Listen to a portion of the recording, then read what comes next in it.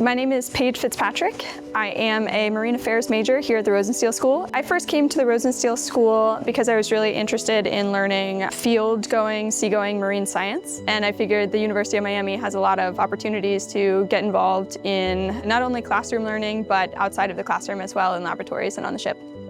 I first started working in the Maker's Lab when I was a sophomore, and I got to do all types of different fabrication projects, just learning how to use the 3D printing software along with the 3D design software. I've also been using the laser cutter and the CNC router. While working for the Maker's Lab, I also worked for the SUSTAIN Air-Sea Interaction Laboratory.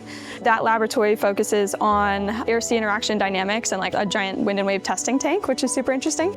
At that point, I joined the crew on board the Walton Smith to study the different gear on board. Basically, I trained with whatever the technician was working on at the time, whether it was the CTD, which is our deep water sensor, using the fabrication tools to actually build and design different parts that are used on board the Walton Smith. What I really like about being on a research vessel is the community of people you find on board. Everybody's really supportive, and team communication is essential for safety, for effective science, for really an effective mission in general.